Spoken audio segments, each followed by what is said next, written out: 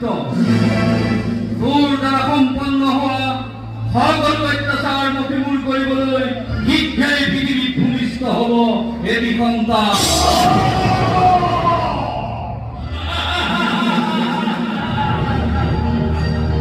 আৰু কোন কংস সেই সন্তান জন্ম হ'ব তোৰে অতি স্নেহৰ ভগ্নী দৈৱকী গৰ্ভ।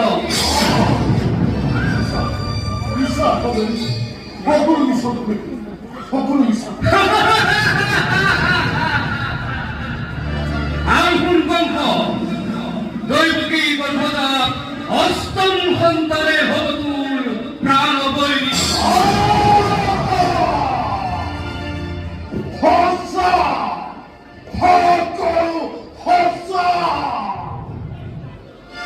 দৈৱকীৰ গৰ্ভজাত অষ্টম সন্তান হ'ব কি কংসৰ প্ৰাণ বৈৰী।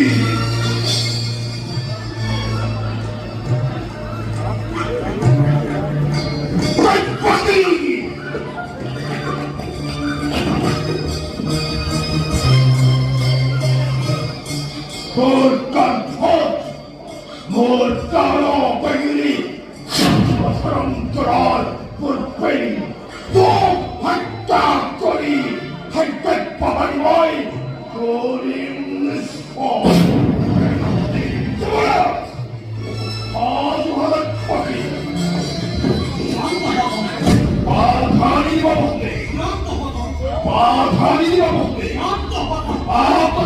সন্মুখৰ পৰা হত্যা কৰি নিজ ভক্তি নকৰিব যোগে যোগে চৰম গৰ্জন। ভক্তিৰ ৰক্তৰে হাত ৰঞ্জিত কৰি নালাগি কৰিব তুমি বিৰত অৱকাশ। শ্ৰী হত্যা ভাগনি হত্য মহাপাপ তথাপিও কংসই পাপৰিয়ে মোহৰি নিভাগে নিভগ্নি কৰিব নিধন। বাৰে বাৰে পাপ হাৰিব আৰু সন্মুখৰ পৰা ইমান কলম্বিত হৈ যায়গে তোমাৰ ভক্তি মই তথাপিতো তোমাৰ অমংগল মই নকৰো কামনা। আকাশী বছৰে মোৰ হৃদয়ে দৌৰিছে হৃদয় তাক মই কেনেকৈ বুজাম জানা। তথাপিও কওঁ মই তোমাক বিয়াৰ নমনি মই মৃত্যুলৈ নাই মোৰ অলপ ভয়। আজি যদি মৃত্যু হয় স্বামীৰ আগত তুমি এক গুলাবী দাদাৰ হাতত ঈশ্বৰৰ দান বুলি হাঁহি হাঁহি দেৱীক জীৱন পৃথিৱীৰ বিধান অকল থাকিব হক নালাগে কৰিব। মোৰ মৃত্যুৰ পূৰ্বে তোক হত্যা কৰি পাবাৰ মই কৰিম নিষ্ফল।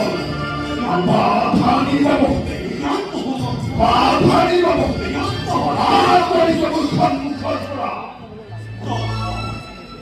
শুনিলা তুমি যে আপত্তি বচন দৈৱকীৰ পৰব তোমাৰ নহয় পৰব। দৈৱকীৰ পুত্ৰলৈ যদি তোমাৰ ইমানেই ভয়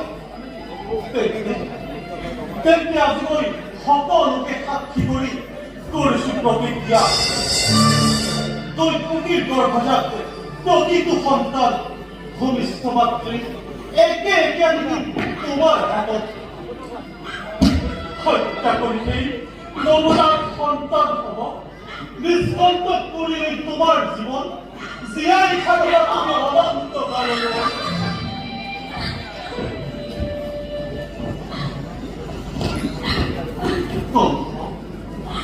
প্ৰাণ ভিক্ষা খুজিছো মাথো মোৰ এই নৱ বিবাহিতা পত্নীৰ এটি সাধাৰণ প্ৰাণ।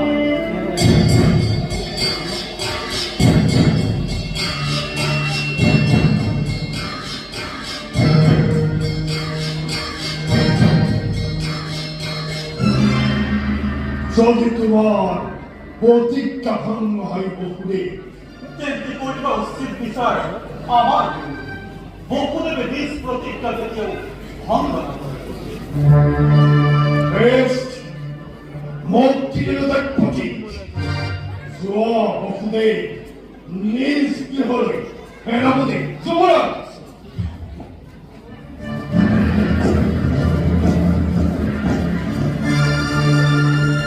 ও আর সুরাবস্তে